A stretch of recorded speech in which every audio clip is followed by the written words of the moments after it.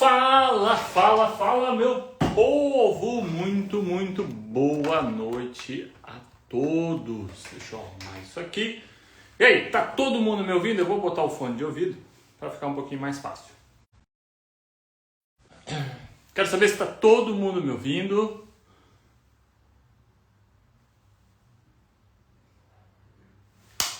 Se estão vendo o vídeo, tudo bem?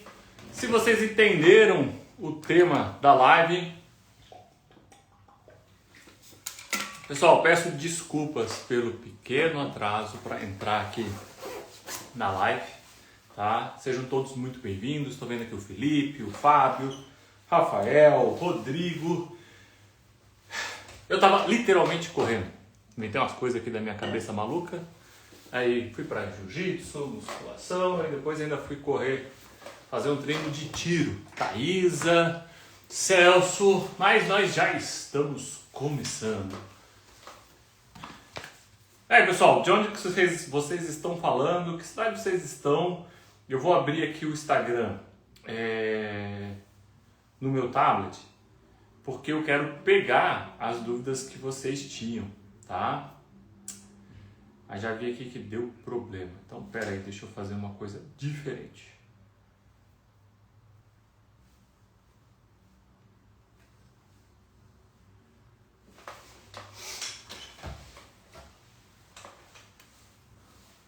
José Victor de Porto Alegre, galera de São Paulo. Gente, eu tirei o fone porque eu vou ter que usar o tablet simultaneamente. Então, olha, a galera de São Miguel do Oeste, então só preciso que vocês me confirmem de novo se o som tá bom, por favor.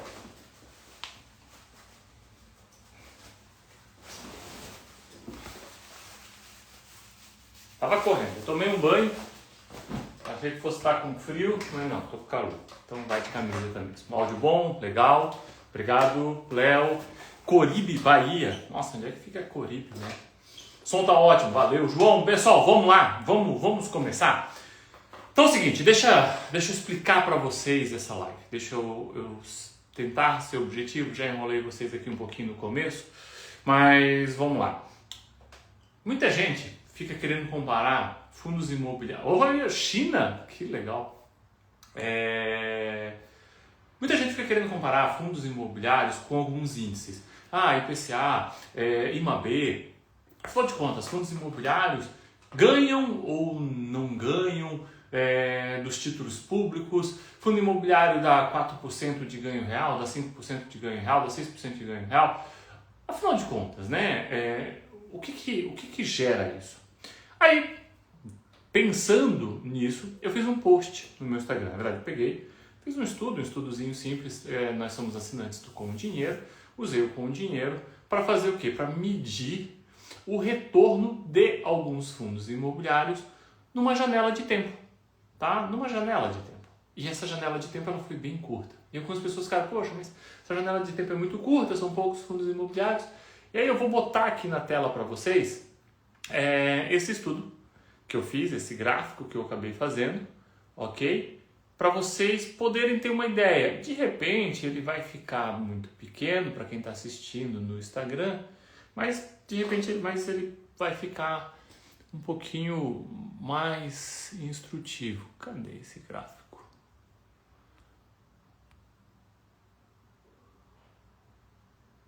Não é esse.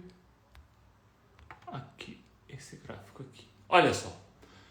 Deixa eu me posicionar aqui mais para baixo. Perfeito. Olha só. Esse era o gráfico, tá? Então, o gráfico vocês vão ver, ele tá bem pequenininho, tá bom? Bem pequenininho mesmo. Mas vocês conseguem ver os resultados, tá? Os resultados vocês conseguem ver ali. Deixa eu botar aqui minha imagem mais aqui para cima. Vocês vão conseguir ver aqui o resultado. O objetivo era o seguinte, um intervalo de 5 anos apenas.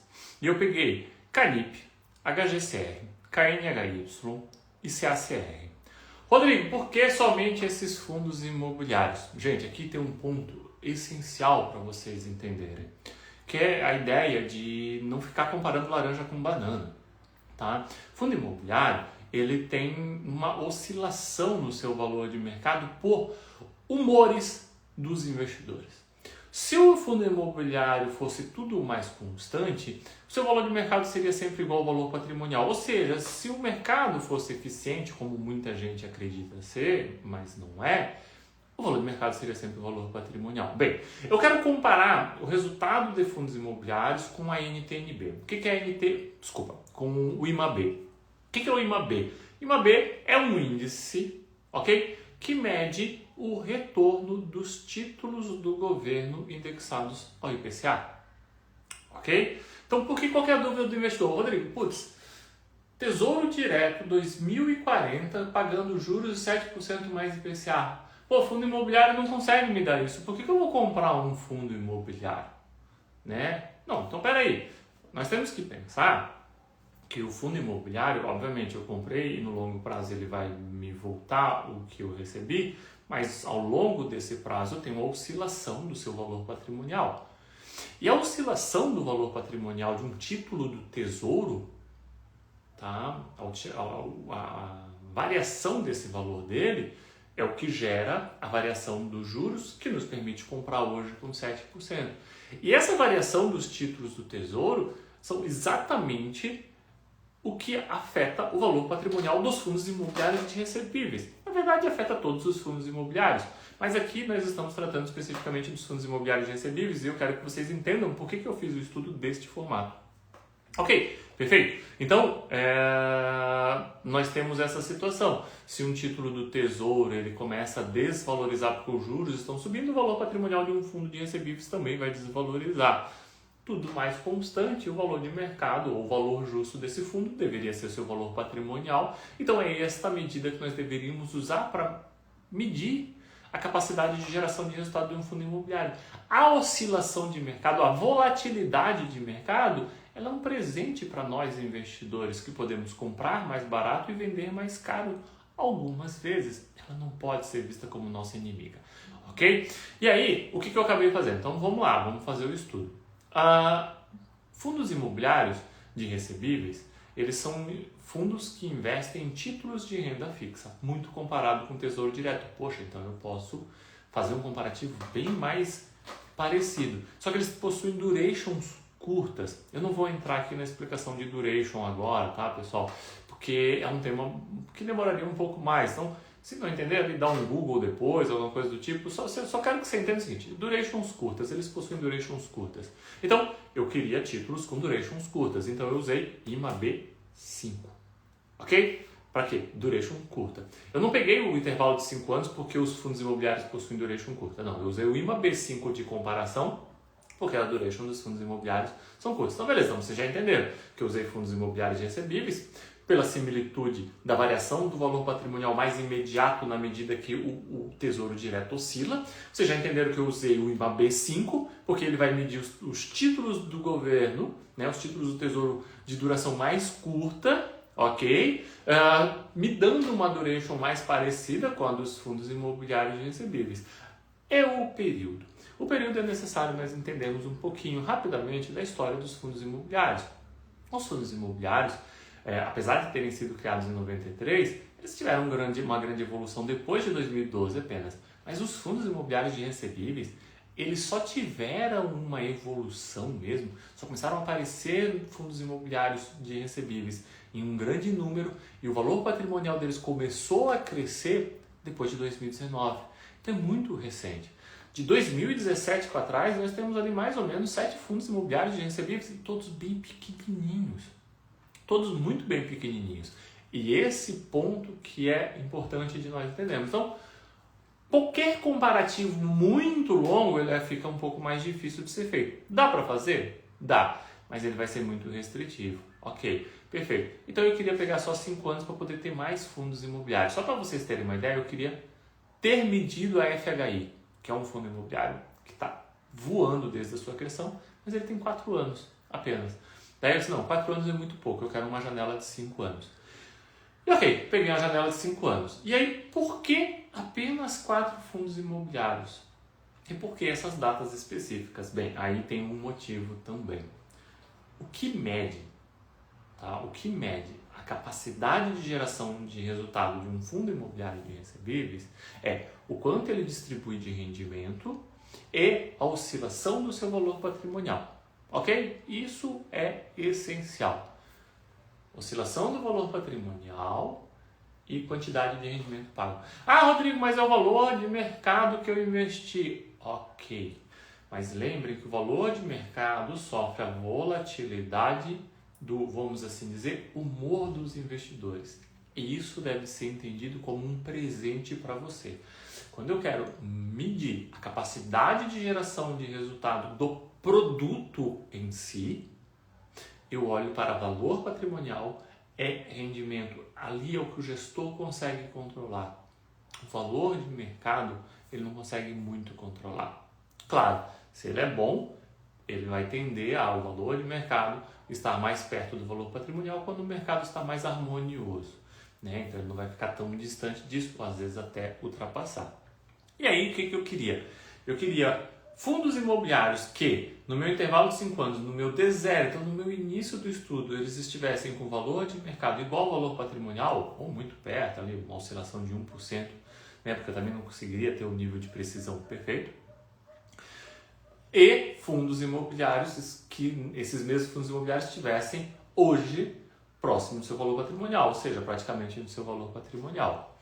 E como eu não conseguia fazer um gráfico rápido de oscilação de valor patrimonial mais rendimento, eu só conseguia fazer de valor de mercado mais rendimento, então eu precisava que o valor de mercado fosse igual ao valor patrimonial, tá? Para fazer um gráfico diferente, precisaria de muito mais estudo, muito mais detalhamento e seria um pouco mais complexo. Esse aqui eu uso uma ferramenta e aí fica mais fácil. Então foi simples assim. Por isso que nós acabamos caindo nesses 4 fundos imobiliários. Que é o quê? Fundos imobiliários que têm valor de mercado igual ao valor patrimonial nos seus extremos iguais. E olha o resultado. O resultado foi muito, muito interessante. Porque aí dessai muitas informações. Primeiro ponto, tá? CACR fugiu totalmente da curva e ficou acima até do IPCA mais 7%, o que é uma raridade. Por que ele conseguiu isso? Porque ele tem taxas de juros muito elevados e ele é um fundo novo, ele nunca teve um problema de inadimplência que afetasse ele. Então, isso é fantástico. Depois, nós temos KNHY batendo ali no IPCA mais 5%. Se você pensar que ele é isento de imposto de renda, poxa, é uma rentabilidade fantástica. Em 5 anos IPCA mais 5%. Lembrem daqueles estudos de independência financeira em que você pode gastar 4% do seu patrimônio? Aqui você poderia ter gastado 5% do seu patrimônio, tá? E o KNHY, de novo, um fundo de taxas de juros muito, muito elevado. Depois ali, o HGCR ficou em IPCA mais 4%, um pouquinho acima, na verdade, dá para dizer que é IPCA mais 4%, né? E o Canip foi o único que perdeu para o IMAB5. Todos os demais ganharam do IMAB5. E aí eu botei até o IDIV, que é o índice que mede as ações mais pagadoras de dividendos, que ficou, inclusive, abaixo do IPCA mais 4%. Então, olha que interessante. No intervalo dos últimos 5 anos, os fundos imobiliários que eu selecionei aqui, evidentemente, eu não selecionei para dar esse resultado, havia um motivo específico, ganharam até do IDIV, que é um índice difícil de ser batido. E o Canip ficou lá para trás, mas tem um motivo para isso, tá? E o motivo chama-se emissões. O Canip, ele aumentou muito de tamanho. Quando o estudo começa, então mais ou menos, um pouquinho antes do estudo começar, mais ou menos por volta de 2019, o Canip tinha 1,8 bi de patrimônio. Ao final, mais ou menos de 2022, o Canip já tinha quase 7 bi de patrimônio. O Canip cresceu muito num período em que os juros estavam muito baixos. Isso fez com que o Canip acabasse tendo uma compra de CRIs a taxas de juros muito baixas. Então ele tinha um número muito grande de CRIs a taxa de juros baixa. Tanto que se você abre um relatório gerencial do Canip, você vai ver que a taxa de aquisição dele é muito baixa frente à taxa de marcação ao mercado. Que a marcação ao mercado é o valor patrimonial. Então você pega lá a taxa de marcação ao mercado do Canip, vou falar mais ou menos de cabeça, mas é mais ou menos uns 10%. Tá? É mais ou menos uns 10%. A taxa de aquisição, quanto ele pagou nos CRIs, é 6. Uma das mais baixas do mercado. Por quê? Porque ele fez grandes compras naquele período. Qual foi o problema disso aqui? Tá? O problema disso aqui foi essa imagem que eu vou botar agora na tela para vocês. Só para clarear um pouquinho mais. O que é isso aqui? A variação patrimonial dos fundos. Olha a variação patrimonial do Canip frente aos demais fundos. Ele foi o que mais caiu, porque obviamente a taxa de juros subiu e esses fundos caíram. Todos os fundos imobiliários tiveram queda de valor patrimonial, todos os fundos imobiliários tiveram queda de valor de mercado, mas a sua grande capacidade de geração de rendimento ao longo desse período fez com que eles superassem o IMAB, ok? Sua grande maioria, porque mesmo o Canip ele encosta no IMAB, que são os títulos do governo, e eles conseguiram também te dar um retorno próximo de pelo menos de 4% mais inflação, ou seja, 4% real. Então, um retorno bem interessante. O estudo, ele era esse aqui, tá? E aí, como vocês me pediram, e eu vou fazer esse resumo rapidinho, e eu vou pegar as dúvidas de vocês, porque o grande ponto aqui era as dúvidas de vocês. Aí muita gente fala, eu quero um de 10 anos, quero um de 10 anos. Aí eu fiz um de 10 anos.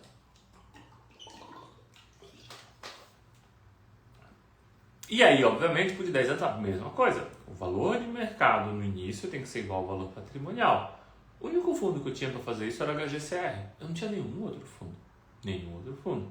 E olha lá, a HGCR ficou acima do IPCA mais 4% e um pouco abaixo do IMAB5. Se nós pensarmos em impostos, em isenção de imposto de renda, ele bate o IMAB5, mas ele tem um resultado bastante satisfatório. De novo, o HGCR em 10 anos cresce muito de patrimônio. Normalmente, um fundo imobiliário só faz emissão quando os juros estão mais baixos. E eu costumo dizer que é o seguinte, o universo dos fundos imobiliários acaba sendo um pouco cruel. E eu preciso entender isso. O que acaba acontecendo? O fundo imobiliário, ele consegue emitir quando é um momento que não é muito bom para ele comprar. Por quê? Porque a economia está mais saudável, os juros estão mais baixos, e aí as opções de compra não são das melhores. Aí ele acaba comprando algumas coisas um pouquinho pior. E aí quando ele faz isso, ele vai sofrendo os resultados. E aí é um ponto que vocês precisam refletir muito isso. Os últimos 10 anos foram, vamos dizer assim, um pouco ruins para os fundos imobiliários nesse ponto de vista. Faziam emissões nesses momentos, compravam os ativos e tudo mais. E eles eram muito pequenos, qualquer coisinha eles dobravam, triplicavam de tamanho. Hoje a situação é muito diferente. Hoje esses fundos são muito grandes, o patrimônio já está um pouco mais consolidado e as emissões, acabam indo, as emissões acabam sendo um pouquinho menores. E como as emissões acabam sendo um pouquinho menores, elas não geram mais tanto impacto assim. E os fundos imobiliários acabam conseguindo ter, na minha visão, nos próximos 10 anos, resultados muito melhores que os últimos 10 anos, mesmo com o efeito de emissões, pelo tamanho pelo quais eles alcançaram. Ok? Pessoal, o resumo da ópera era esse, para quem não leu, ok? E aí agora eu vou pegar as perguntas de vocês. Então eu vou olhar aqui para baixo que vocês deixaram. E se vocês quiserem deixar perguntas aqui sobre esse tema, aqui embaixo eu vou responder essas perguntas de vocês.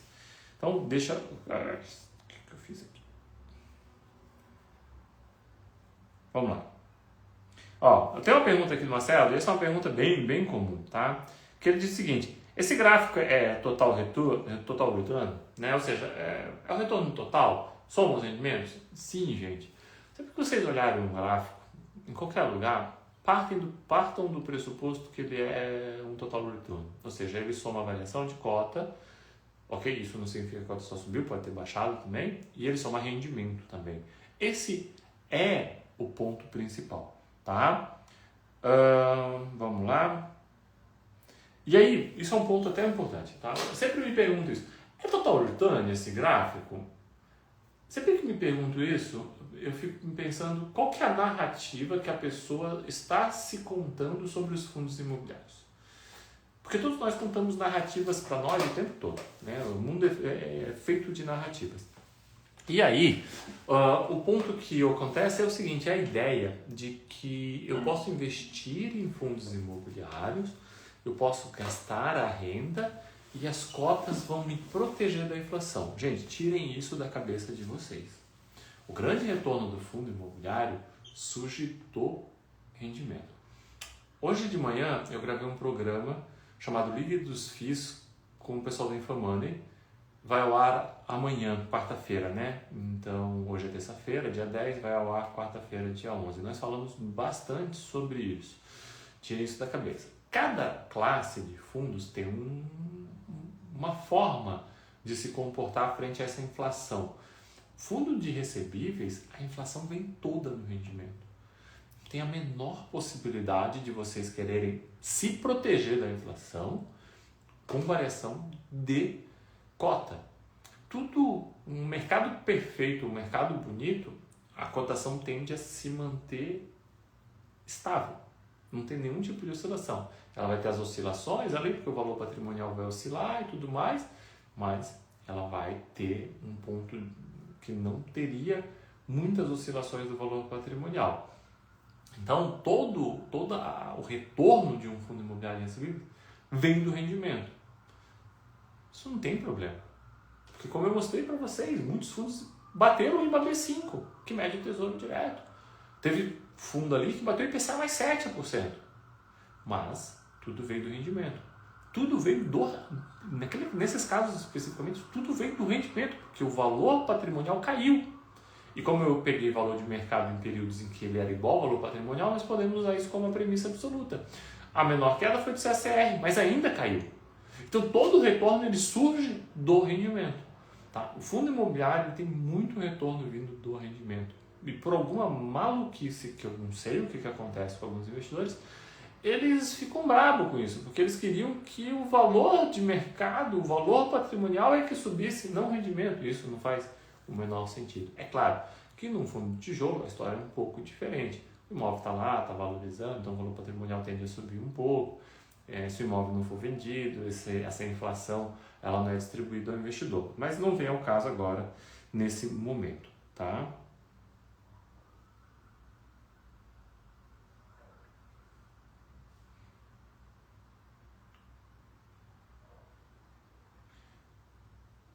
Vamos lá.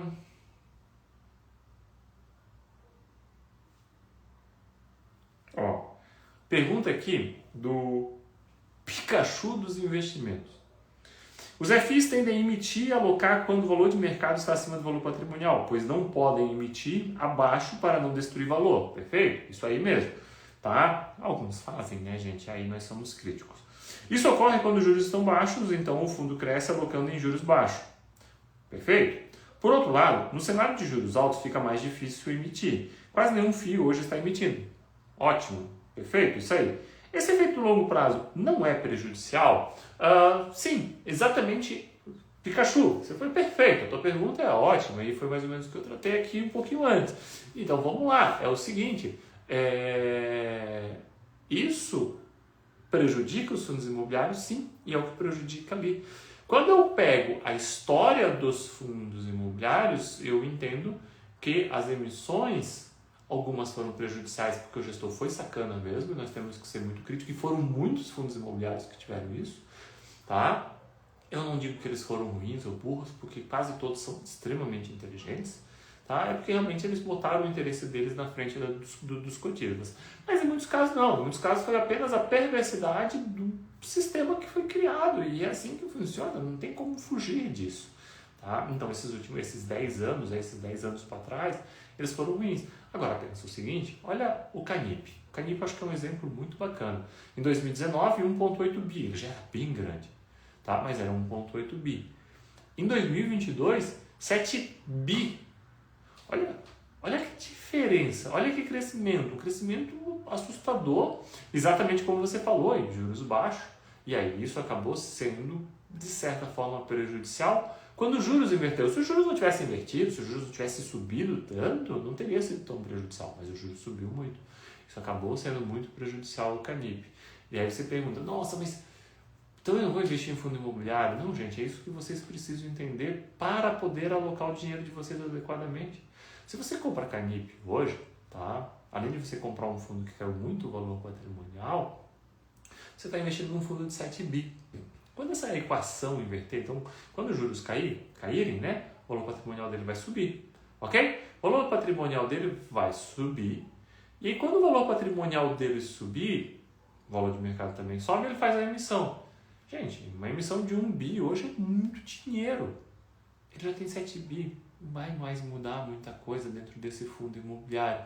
E hoje, o que acaba acontecendo? Esse é o lado interessante dos fundos de recebíveis. O fundo de recebíveis, ele gira a taxa de aquisição obrigatoriamente todos os meses, porque todos os meses ele está recebendo amortização, então todos os meses ele está comprando novos CRIs. Quanto mais tempo os juros ficarem elevados, mais ele vai fazendo essa renovação dos juros. Legal? Então, assim, sim, é prejudicial, mas olhe muito assim para... Sim, foi prejudicial nos últimos 10 anos. Os próximos 10 eu tenho uma equação diferente. Por isso que eu tenho dito muito para os nossos assinantes lá no Desmistificando FI, e se você não é assinante, depois conheça lá no nosso link da bio, mas eu tenho explicado muito para ele o seguinte, gente, vamos olhar com mais atenção para fundos grandes, porque os fundos grandes eles vão nos gerar uma proteção quando o mercado virar. Então, fundos com 5 bi, 6 bi, 7 bi, a emissão já não me machuca mais tanto, tá certo? E aí eu vou continuar aqui no Pikachu e eu vi que vocês mandaram uma perguntinha aqui na live, eu vou pegar as perguntinhas de vocês já na sequência, tá? E aí o Pikachu diz assim, podemos chamar de risco de gestão? Sim, não, tá, Pikachu? Cara, meu irmão adorava o Pikachu. Se ele estiver ouvindo isso aqui, ele me mata, mas ele era apaixonado pelo Pikachu quando ele era criança. Mas vamos lá. Sim, não, né? Obviamente, o risco de emissão, você sempre vai ter o risco do gestor. Se o gestor, como eu falei, se o gestor botar os interesses dele na frente, você vai se prejudicar. Nós vimos isso acontecer, por exemplo, em PVB. Né? Vimos claramente isso acontecer em PVB. Então, é um ponto importante a se questionar. É um ponto de acompanhamento. Né? Por isso, nós temos lá o Desmistificando FI para vocês poderem acompanhar. E aí ele continua. A menos que a alocação seja excepcional no micro, seria preferível que um FII que não queira aumentar o patrimônio líquido? Aí tem um problema. Um FII que não queira aumentar o patrimônio líquido, ele não diversifica. Fundo imobiliário empresta dinheiro. Tá? Fundo imobiliário de recebíveis, né? Um fundo imobiliário de recebíveis muito, muito pequeno, ele não consegue fazer a aquisição de CRIs bons. Por quê? Eu estou estruturando um CRI aqui para uma empresa, não sei o quê, putz, essa empresa precisa de 80 milhões de reais. Um fundo muito pequeno, ou ele não tem os 80 milhões, ou 80 milhões, por exemplo, se ele é um fundo de 800 milhões, 80 milhões é 10%. Entendeu? Então, o fundo ser muito grande, ele te protege porque ele vai te diversificar mais e, ao mesmo tempo, ele te dá possibilidade de ter os melhores negócios do mercado. Vamos voltar para o Canip? Imagina o Canip. O Canip hoje pode emprestar dinheiro para as maiores empresas, para as maiores construtoras do Brasil. Uma construtora diz, preciso de 100 milhões. O Canip diz, ok, eu tenho aqui 100 milhões. Tá? 100 milhões é praticamente o que o Canip recebe de amortização todos os meses.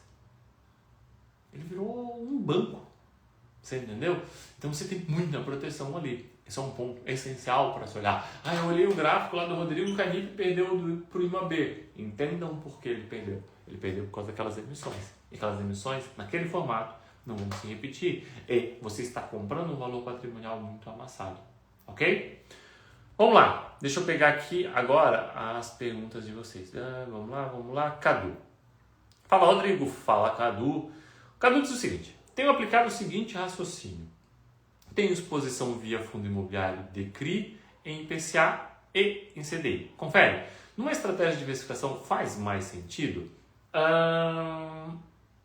Cara, vamos lá. O Cadu está querendo, acho que me dizer mais ou menos o seguinte, eu tenho aplicado em fundo de CRI, em IPCA e em CDI, numa estratégia de diversificação. Então, eu estou investindo em renda fixa atrelada ao IPCA e ao CDI. Acho que é isso que você quer falar, né, Cadu? Faz sentido, óbvio, as estratégias são essas, né?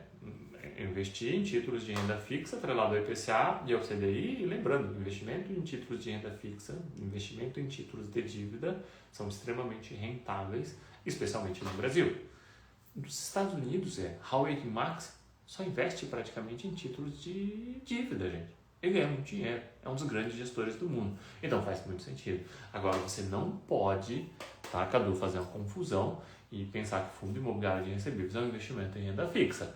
Porque o investimento em renda fixa, ele acaba sendo um investimento que ele não tem oscilação do patrimônio, ele não tem a volatilidade, que para muita gente é um risco, que é classificado como um risco, mas eu não gosto muito de chamar como um risco e fico muito feliz porque Howard Marks também não gosta disso, porque na verdade ele é um presente para o investidor. Na minha opinião, a volatilidade é um presente para o investidor, mas você precisa compreender ela para não fazer besteira na sua estratégia. E aí o Cadu continua, né? Alocar em um tesouro pré-fixado com taxa boa, do que numa NTNB, que seria meio que mais do mesmo, e parte de CDI como reserva de oportunidade para ir comprando mais FIIs diante de oscilação oportunas. Ah, tá. Daí ele diz o seguinte, então, peraí, deixa eu pegar, porque foram duas, né? Numa estratégia de diversificação, faz mais sentido alocar em um tesouro pré-fixados com taxa boa do que numa NTNB, que seria mais ou menos mais do mesmo? Cara, assim, depende da janela, tá? Essa janela de estudo que eu fiz tem um ponto muito importante que eu acabei não comentando com vocês, que é o seguinte, veja, valor de mercado igual valor patrimonial nas duas pontas. Agora imagina se eu tivesse comprado valor de mercado bem abaixo do valor patrimonial na ponta inicial. Eu fiz isso, só não quis postar, senão ficava muito grande. O resultado é absurdamente elevado. Então, por exemplo, dezembro e janeiro, não tinha nem sentido vocês investirem em tesouro direto, nem pré, nem NTNB, nem nada. Os valores que os fundos imobiliários alcançaram eram bizarros. Agora já está um pouco mais equilibrado. Temos bastante coisa descontada, mas está um pouquinho mais equilibrado. Então, acho que assim, depende muito de objetivos. Um ponto importante do tesouro, assim, tanto o tesouro pré-fixado quanto o NTNB vai acabar sendo meio que mais do mesmo. Porque muitos fundos imobiliários acabam tendo títulos também de renda fixa. Tá? Eu, sinceramente, não sou muito fã de títulos totalmente pré. Porque se você tem uma explosão da inflação, você perde muito dinheiro. E eu quero me proteger da inflação, tá? Eu tenho muito receio de comprar no Brasil qualquer título totalmente pré. Aí é uma coisa minha. Então, é algo que eu realmente não gosto e não recomendaria para vocês. Eu sempre buscaria IPCA ou CDI. Porque deu CDI, inflação explode, CDI tem que explodir também.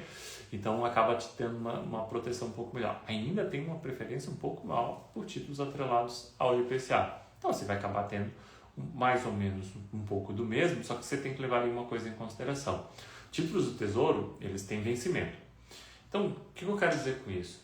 Você sabe que daqui a 4 anos você vai receber o valor patrimonial. Vamos dizer assim. O fundo imobiliário não tem isso. Você não tem a garantia que daqui a 4 anos você vai vender pelo valor patrimonial. Você pode vender abaixo ou você pode vender acima. Por isso que normalmente eu digo, quando você investe em ativos negociados em bolsa, como fundos imobiliários, como ações, tá? Você precisa ter muito claro que é aquilo que eu digo, é um investimento para o nunca. O que é um investimento para o nunca? Eu estou de olho no que esse fundo, no que esse ativo vai me gerar de renda. É isso que eu estou de olho neles.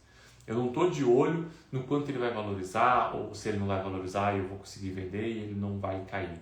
Pode até acontecer de ele valorizar e eu querer vender, isso não tem problema nenhum. Aí eu brinco, né? O nunca algum dia pode chegar. Mas você às vezes tem um compromisso. Putz, eu tenho que pagar uma parcela do meu apartamento daqui a 4 anos. Isso não é dinheiro para estar em fundo imobiliário. E aí você pode botar no Tesouro Direto, que tem um vencimento daqui a 4 anos. Então, não é bem mais do mesmo. É dentro da tua estratégia de alocação. Você vai estar protegido da inflação e você vai ter o prazo de vencimento. E aí voltamos para a história do pré, que eu acabo não gostando muito, tá? Flávio diz o seguinte, o IPCA mais 7% de hoje é surreal. Travar uma taxa dessas com risco minimizado é realmente de fazer qualquer investidor de renda variável balançar. Com certeza, Flávio. Por isso eu fiz esse estudo. Curto, evidentemente. Estou fazendo essa live e estou mostrando para vocês. Então pensa o seguinte, lá atrás, a taxa de juros estava bem mais baixa, 5 anos atrás. Né? E o IMAB mede isso, mede essa oscilação. O fundo imobiliário bateu eles. Por que os próximos 5 anos o IMAB vai bater os fundos imobiliários? Mas é porque os títulos do Tesouro estão em IPCA mais 7. Sim, mas os fundos imobiliários estão com IPCA mais 8, IPCA mais 9, dependendo do fundo, com valor de mercado, IPCA mais 12, IPCA mais 13. O próprio Canip, você tem lá a taxa de marcação ao mercado a mais ou menos IPCA mais 10. Aí você tira os custos do fundo e tal e tudo mais, você vai ficar com o IPCA mais 9. Como que os títulos do governo vão conseguir bater isso ainda com isenção de imposto de renda? Bem, aí é outra história, né? Não vou tratar disso agora, senão nós vamos ficar aqui até meia-noite.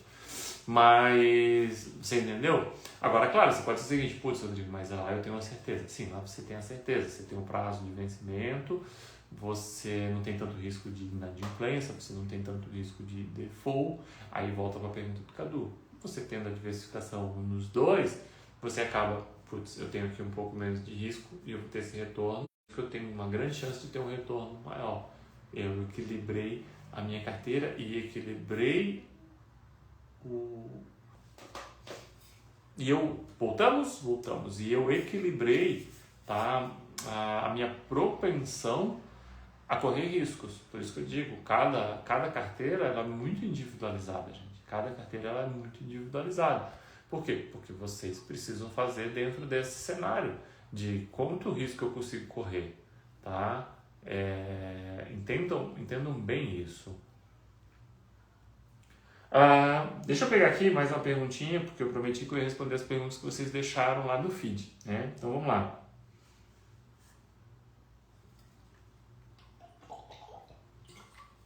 O Gustavo falou o seguinte: talvez haja um erro nesse gráfico, ele inicia em 2020, época que os juros no país estavam na casa dos 2%. Absolutamente todos os investimentos financeiros disponíveis à época eram influenciados por essa taxa. Comparar FIs com o IPCA mais 7% é algo irreal, dado que essa taxa na época não existia. Perfeito, Gustavo, não há um erro.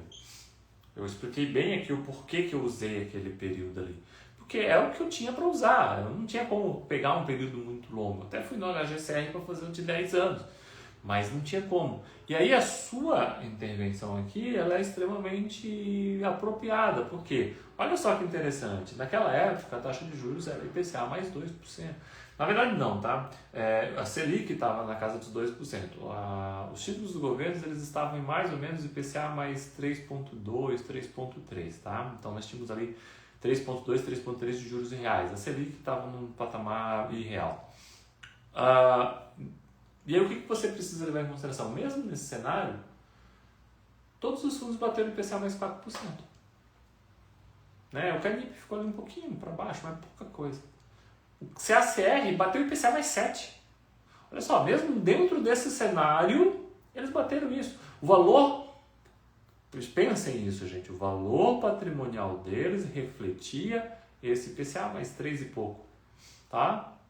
E hoje o valor patrimonial deles reflete o IPCA mais 7. Ou seja, ele baixou por causa disso. Tá? O CACR não baixou tanto pelas características de alguns de seus CRIs e tudo mais, mas baixou também. A sua capacidade de gerar juros, gerar renda, transformou esse resultado. E aí tem uma coisa muito curiosa, porque o CACR ele sempre teve taxas de juros muito alta. Para quem não sabe, a equipe inicial do CACR era 50% da equipe atual e 50% da equipe do FHI. Tá? E aí o CACR ele começou sempre foi um fundo com juros muito altos. Mas curiosamente, mesmo hoje, os juros são muito parecidos lá de 2020, 2021. Então isso que acabou levando isso. Então por isso que foi, então não há um erro. É proposital para vocês entenderem. E aí, obviamente, o IMAB também não consegue ter um resultado surpreendente, porque, obviamente, o IMAB é formado, daí sim, por títulos de 3 e pouco por cento. De agora em diante, todo o cenário agora é esse, IPCA mais 7. Os fundos imobiliários refletem isso, os títulos do Tesouro refletem isso. É isso que eu quero que vocês entendam. Não existe um produto mágico, tudo reflete esse cenário, tá?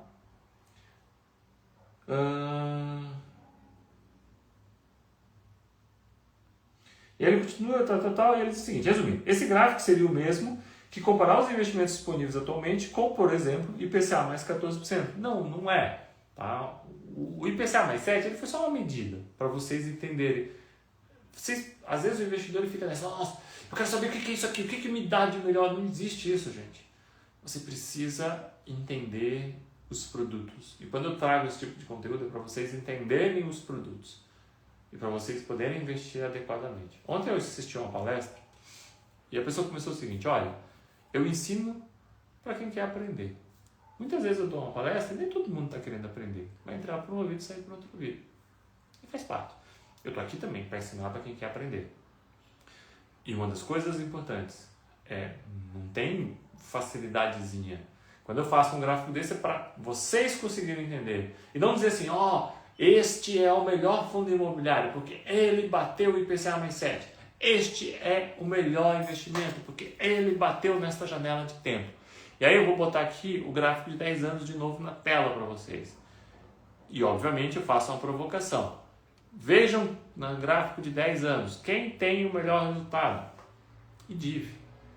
Índice que mede as empresas pagadoras de dividendos da Bolsa. Bate longe o IPCA mais 7%. Mas bate longe. Bate muito longe o IMAB5. Tá? Isso nos dá um cenário, sim, nos dá um cenário da eficiência. Se eu ponho o Ibovespa, ela é uma surra violenta. Me põe uma reflexão de que ativos pagadores de dividendos no Brasil se saem muito bem. Ativos pagadores de dividendos no Brasil se saem muito bem.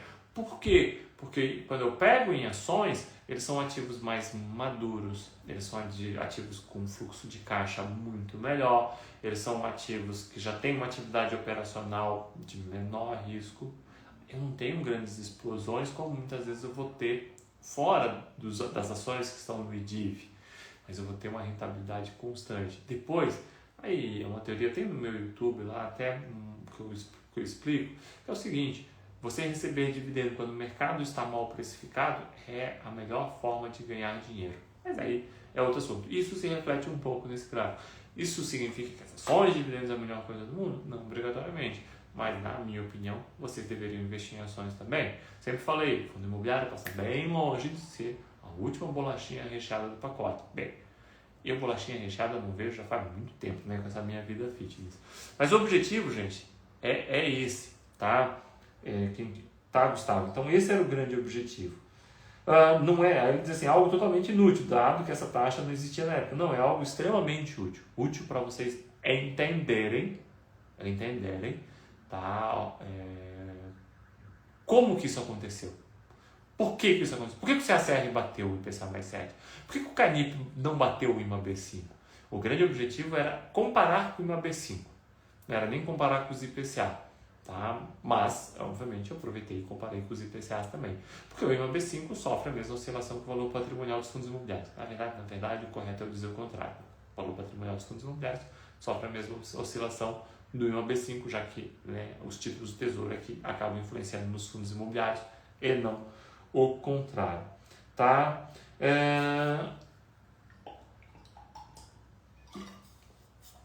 A Otávio pediu assim, sugiro estimular o retorno caso os VPs voltassem para os valores daquela época. Não é assim tão simples, tá, Thales? Porque aí tem toda a marcação ao mercado dos VPs, dos fundos e tudo mais. E aí os títulos do governo também tem que valorizar. É isso que vocês precisam, que eu quero que vocês entendam.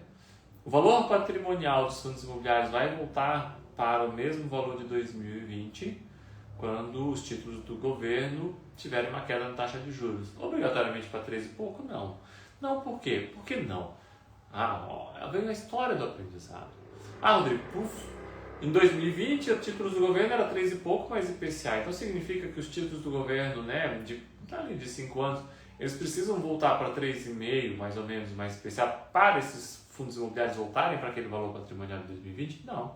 Por quê? Porque ao longo desse período, esses fundos imobiliários fizeram emissões, compraram mais CRIs, mas um ponto muito importante, que eu sempre digo, o fundo imobiliário de recebíveis está o tempo todo reciclando o seu portfólio, então está o tempo todo recebendo amortização e comprando novos ativos.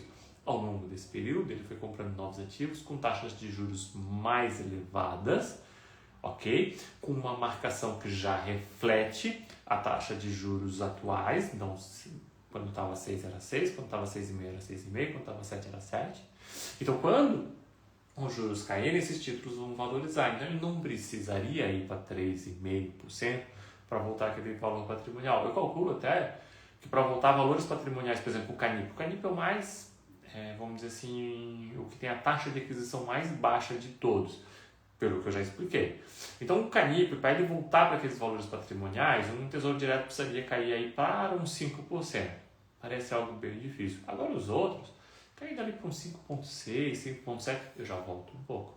E aí eu tenho um ganho da valorização do VP e, num mercado mais eficiente, da valorização do valor de mercado. O que acaba acontecendo? Taxa de juros caindo, empolga o investidor começa a valorizar a cota, às vezes o valor de mercado até passa do VP e o seu ganho é até maior. E aí, gente, aí vem o pulo do gato.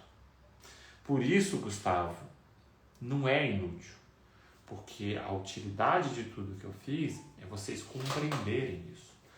Se em 2020 vocês tivessem comprado um fundo de recebíveis 5% acima do VP, tá? O prejuízo que vocês estariam tomando nesse acumulado frente ao IMAB seria grande, seria bem grande. Por quê? Porque o VP teria caído, e aí o valor de mercado tende a cair, não tem escapatória. Tá? Agora, se você tivesse comprado abaixo do VP, o seu ganho já seria mais interessante. E aí nós voltamos para outro ponto.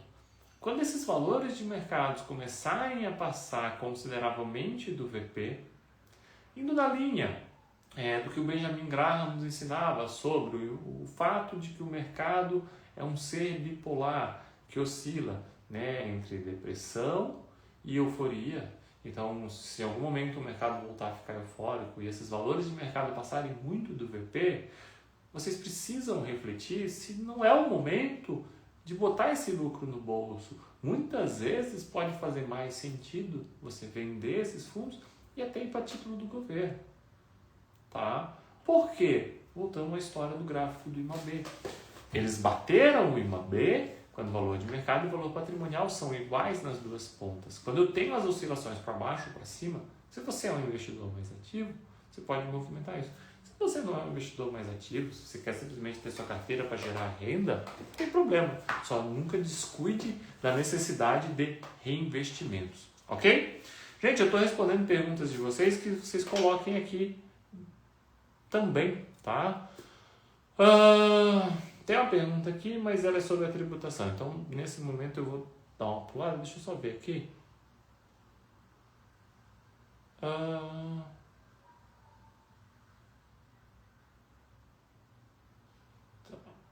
Deixa eu botar aqui.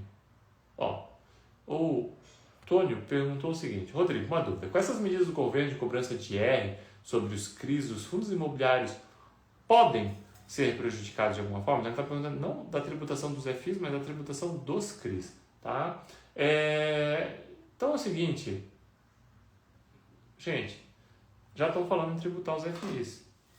Tá? Então, assim, isso vai ser uma discussão muito longa, muita coisa para ser vista. Eu acho que eu ficaria muito tranquilo. Eu puxei só essa pergunta só para que vocês entendam o seguinte: existem duas linhas de tributação dos fundos imobiliários: a linha do investidor e a linha do fundo imobiliário. O fundo imobiliário que compra um CRI, o CRI foi tributado, não tem problema. O fundo imobiliário ele é isento de imposto de renda. Então o fundo imobiliário não vai ser tributado. Então não vai existir duas tributações. Os fundos imobiliários de papel vão ser mais prejudicados porque o CRI paga imposto. E não vai, isso não acaba acontecendo, tá? É apenas o fundo imobiliário que poderia acabar pagando imposto. Perfeito? Vamos lá. Aí o Daniel comentou, né, uma comparação em uma janela temporal de 10 anos pode gerar conclusões totalmente diferentes favorecendo o IMAB 5? Então, como eu mostrei ali, não. Tá? O grande problema é que é muito difícil eu ter essa janela. Eu quero que vocês entendam isso. O investidor ele tem essa paixão por querer tomar suas decisões olhando para o passado, como se o futuro fosse repetir o passado. Muito cuidado com isso. Acabei de falar para vocês de tamanho de fundo, como isso vai influenciar muito o futuro dos fundos imobiliários, sejam de recebíveis, sejam de tijolo.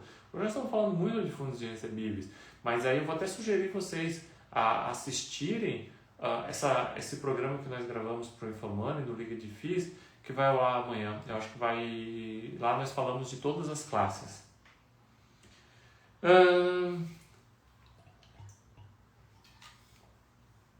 O André perguntou o seguinte: item 17. Nem sei que item 17 é esse, tá? Tá, eu separei por itens, ok. O investidor comprou um recebível com um fundo de recebíveis com desconto, gerando uma taxa de IPCA mais 20%. Contudo, com o passar do tempo,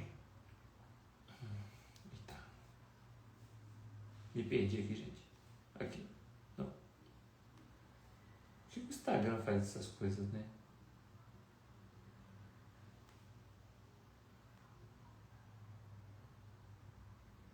André, perdi tua pergunta.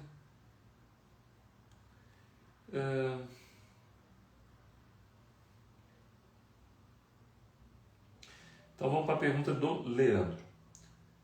O Leandro fez uma pergunta aqui sobre um post que a Lilian fez lá no Aposente aos 30.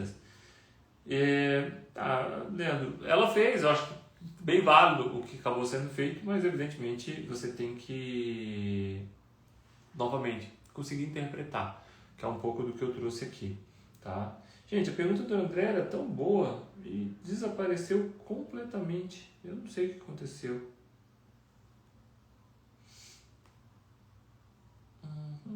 Aqui, achei. Eu ocultei sem querer. Então vamos lá, de novo. O item 17 é o quê? O investidor comprou um fundo de recebíveis com desconto, ou seja, o valor de mercado abaixo do valor patrimonial, gerando uma taxa de IPCA mais 20%. Contudo, com o passar do tempo, à medida que um título do Tesouro IPCA mais X% qualquer se aproxima do seu vencimento, sua taxa MTM vai se aproximando do valor teórico contratado. Então o que o André está dizendo é o seguinte, eu comprei um título do Tesouro e ele estava marcado IPCA mais 8%. Quanto mais próximo ele vai chegando do vencimento, tá? Mais o seu, vamos dizer assim, valor de mercado, grosseiramente falando, né? Que nós chamamos de VNA, ele vai se aproximando do seu valor patrimonial. Porque, óbvio, ele está chegando no seu vencimento, então vai ficando mais, os investidores acabam pagando um pouco mais próximo daquilo dali. O recebível vai alterando suas taxas à medida que renova sua carteira. Exatamente. Como interpretar essa dinâmica sem ficar preso ao yield on cost, mas ao mesmo tempo considerar a TIR envolvida? Simples, André. Comparação. O universo dos investimentos é comparação. Gente, você tem 50 mil reais para investir agora. Sei lá, você recebeu aí um bônus da sua empresa, você tem 50 mil reais para investir agora. Como interpretar toda essa dinâmica dos investimentos sem ficar preso ao yield on cost da minha carteira, mas ao mesmo tempo considerar a TIR envolvida? Onde é que você vai alocar seu dinheiro hoje? Você ganhou 50 mil reais. Por que você vai alocar em tesouro direto? Por que você vai alocar em fundos imobiliários? Por que você vai alocar em ações? Você vai ter que ter uma escala de processo de decisão. O seu primeiro processo de decisão é: eu preciso desse dinheiro? Sim, você vai ter que ir para outra escala. Em quanto tempo eu preciso? 1 ano, 2 anos, 3 anos, 4 anos. Aí isso vai fazer você tomar a decisão do investimento. Pode ser um título do tesouro, tá? Pode ser um CDB pré com 2, 3 anos. De novo, não sou tão fã dos pré, mas pode ser essa opção. É 1 ano. Putz, vou botar aqui num CDB mesmo e com CDI, ponto final. Eu posso precisar a qualquer momento. Ok? Sempre que eu tenho prazo, for por sim, a bolsa nunca vai ser opção. Então, ganhei 50 mil, vou alocar. Putz, sim, eu tenho um prazo. Bem, esquece, a bolsa acabou aqui. A bolsa aqui acabou para você. Não, eu não tenho prazo. Posso botar esse dinheiro por nunca. Agora, seja honesto com você, tá? Eu vou pegar qualquer dia desses, nessas lives que eu andei fazendo cozinhando, e eu vou fazer uma live sobre as narrativas que nós contamos para nós mesmos. Cuidado, o tempo todo nós ficamos contando narrativas para nós, então muito cuidado com isso. Ok, esse dinheiro é pro nunca, como eu digo. Tá? Então eu, por exemplo, quando nós fazemos a distribuição de lucro da empresa, eu, o Edivaldo e o Eurico, e os três, eu sei que fazem a mesma coisa. O dinheiro vai para a bolsa. Esse dinheiro é pro nunca. Nós não usamos esse dinheiro, porque nós vivemos com a renda que os nossos investimentos geram. Tá? Então assim, beleza, então vai para a bolsa. Tá, agora vai para a bolsa. Para onde que vai? Vai para um fundo imobiliário? Ou, se vai para a bolsa, pode ir para um tesouro direto de 20 anos também, né? Que 20 anos é praticamente o nunca, né? Vai para ações? Aí vai o comparativo. Ok? Qual que está em um momento melhor? Quem está mais descontado? E junto com esse comparativo é meio concomitante, não é passar de uma fase para outra. Você vai ter aqui uma outra fase que vai meio que ficando meio próximo. Que é o quê? E como está a diversificação da minha carteira? Putz, eu tenho aqui 80% da minha carteira em fundos de recebíveis, porque eu atolei a minha carteira em fundos de recebíveis em dezembro e janeiro. Gente, aí você precisa melhorar essa diversificação da sua carteira. Então, olhando com esse aspecto, eu tenho que alocar em outra coisa. E o que é outra coisa que está bom? Eu vou voltar para o comparativo. Todos os fundos imobiliários de recebíveis estão com valor de mercado acima do valor patrimonial. Por que eu vou alocar em fundos imobiliários de recebíveis e não comprar um título tesouro de 20 anos? É loucura. É loucura total. Todos os fundos imobiliários de recebíveis estão acima. É sempre comparativo, tá, André? Então, é isso que faz você se desprender do yield on cost, é isso que faz você se desprender do preço médio que você pagou. Esses valores não dizem nada. O que diz é o momento do mercado. Quer um exemplo bem específico? Janeiro de 2020, antes da pandemia, nós nem sonhávamos que ia acontecer o que aconteceu 2 meses depois, tá? Janeiro de 2020. O que o relatório, né, o relatório que eu escrevo de 2020 do FI, com a nossa carteira recomendada, com todas as análises que eu faço, o que eu escrevi? O que nós fizemos? Nós mudamos radicalmente a carteira, vendemos fundo de tijolo, fomos para fundos de recebíveis, e eu dizendo, gente, os fundos imobiliários estão muito caros, mas é uma carteira de fundos imobiliários. Eu não posso simplesmente dizer para vocês, vendam tudo e corram para as montanhas. Eu estou dizendo para vocês, olha, segura um pouco os investimentos, mas a nossa carteira vai continuar simulando investimentos em fundos imobiliários, senão vai ter que fechar as portas. Dentro desse cenário, é fundo de recebíveis. Por que eu falei isso? Comparativo. Os fundos de tijolo estavam absurdamente caros. FOFs, então, nem se fala. Tá? E os fundos de recebíveis, as pessoas pouco conheciam ainda, porque eles realmente eram um pouco conhecidos. E aí, nós fizemos esse processo. Então, assim, é processo de investimento.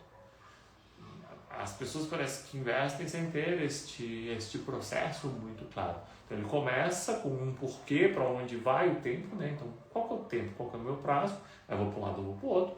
Se eu posso investir por nunca, eu parto realmente a colocar a bolsa e começo os comparativos. E dentro desse comparativo, Tesouro, IPCA, sempre vai ser um comparativo. Por isso que eu digo, você está investindo na bolsa e você não conhece a dinâmica de um título do governo, de marcação ao mercado desse título, de oscilação, como que oscila os juros? Porque assim, Rodrigo, comprei um título do governo que me paga 8% mais IPCA ao ano.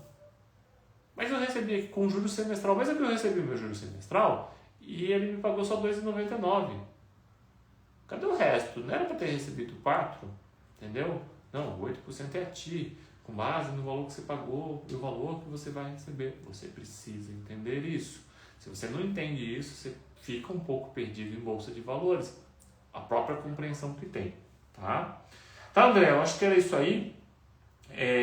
Bem, o André é aluno lá do nosso curso da Turma 6. Se não ficou muito claro, tu traz para nossa aula ao vivo do dia 19 de junho, tá?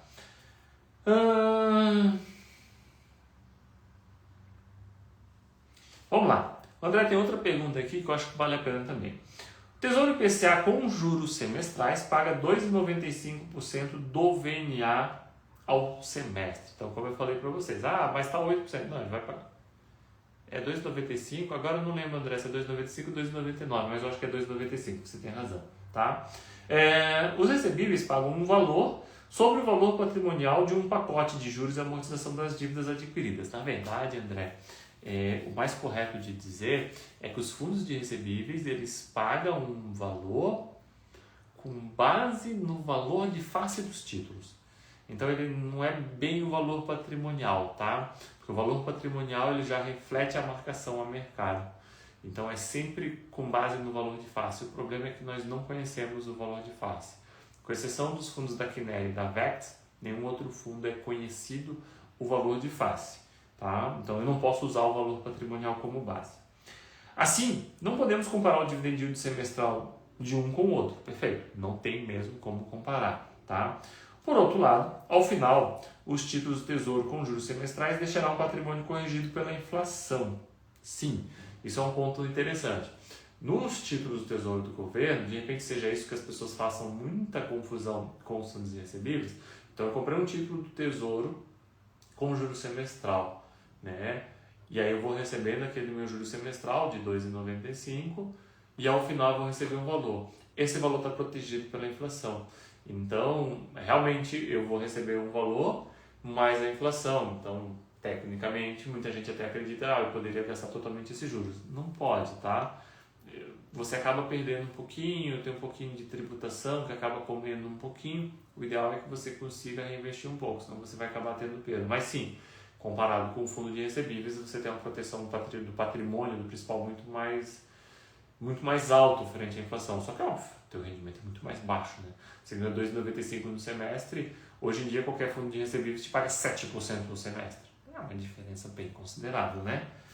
E aí o André continua. Os recebíveis no máximo o valor patrimonial original. Como trabalhar com essa dinâmica? A dinâmica é essa, como eu te falei, a história do reinvestimento. O fundo imobiliário ele vai te dar um rendimento muito mais alto. Então, assim, 2,95 no semestre, 2,95 no outro semestre. Vou arredondar e vai dar 6. O fundo de recebíveis aí te deu 15. Ok? Você reinvestiu. Você comprou fundos, muitas vezes você comprou fundos imobiliários abaixo do valor patrimonial. Então, abaixo assim do VNA, vamos assim dizer, né? A volatilidade te presenteou aqui e te deu essa possibilidade. Isso vai aumentar o teu retorno, porque você vai botar menos dinheiro para comprar mais renda. Então, é nessa linha que você vai acabar interpretando. A dúvida é, o patrimônio lá no Tesouro Direto, com juros semestral, ele está protegido da inflação, então eu posso gastar a renda, não tem problema, gente. É só pegar uma parte da renda e reinvestir. Uma coisa que eu sempre digo, o fundo imobiliário ele transfere para vocês a obrigação do reinvestimento. O ganho do fundo imobiliário ele vem em grande parte dos rendimentos. Está transferindo para vocês esse processo de reinvestir. Mas eu queria que a cotação ou que o patrimônio tivesse me protegido. Desculpa, não viaja. Eu estou com uma máxima agora que eu acho muito boa, que é o seguinte, é a história do... Peguei uma maçã, dei uma mordida na maçã e fiquei puto porque eu não senti gosto de banana. É loucura isso. Eu comprei fundo imobiliário, essa é a característica dele. Eu vou ter que reinvestir. E como eu mostrei, o retorno é muito bom, mas eu vou ter que fazer isso. Aí, se eu estou na fase de acumulação, é muito fácil reinvestir. Agora, se eu estou na fase de usufruir, o cuidado e o planejamento ele é muito maior, mesmo com tesouro direto. Vamos lá, gente. Eu quero pegar ainda mais as outras perguntas aqui de vocês. Deixa eu ver se tem mais alguma. Eu sei que a live está longa, mas é que eu prometi que eu ia responder. Então, deixa eu pegar na de 10 anos. Não tem.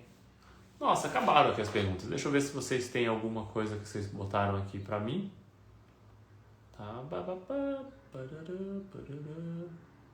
Rendimento com as correções dos aluguéis. Não. José Victor, live de milhões. Obrigado, José Victor. Eu gostei dessa live. O que vocês acharam? Não estou encerrando não, tá, gente? Mas eu gostei bastante dela. E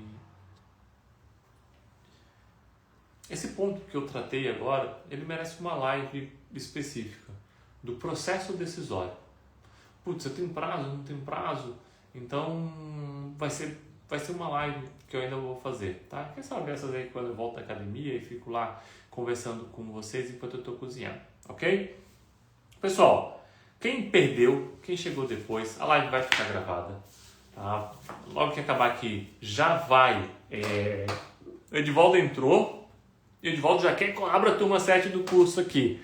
Vamos lá, Edivaldo, vamos botar dinheiro no bolso, é isso aí, gente. Mas não estamos prontos ainda para isso, eu acho que nós estamos com uma dedicação muito grande à turma 6. Próxima aula, inclusive, da turma 6, nós vamos falar sobre ações. E volto a falar aqui para vocês. Não descartem ações da carteira de vocês, tá? Não descartem ações da carteira de vocês. Ações é um componente muito interessante. O fundo imobiliário não é a última bolachinha recheada do pacote. É muito bom, mas não é. Mas vamos lá. A live vai ficar gravada aqui. Depois eu subo para o YouTube também, tá certo? E quem estiver assistindo, quem ficou até o final, gente, depois se gostou, compartilha. Se assistiu no YouTube, compartilha aí com os amigos, dá um like, deixa seu comentário, isso aí ajuda a chegar a mais pessoas. Eu estou bem empolgado aí com essa nova fase aqui nas redes sociais, conseguir gerar esse conhecimento para vocês, eu estou mais leve. Eu digo para vocês que sempre que eu dou uma palestra, como eu dei lá no Congresso de Nutrição, isso me ajuda a inspirar, a falar com vocês novamente, tá certo? E eu estou bem feliz mesmo de poder trazer esse conteúdo para vocês. Então, assim, vai subir lá pro YouTube, tá, Bia? Vai subir sim, não se preocupa. Vocês depois conseguem assistir lá em velocidade acelerada, aqui no Instagram também.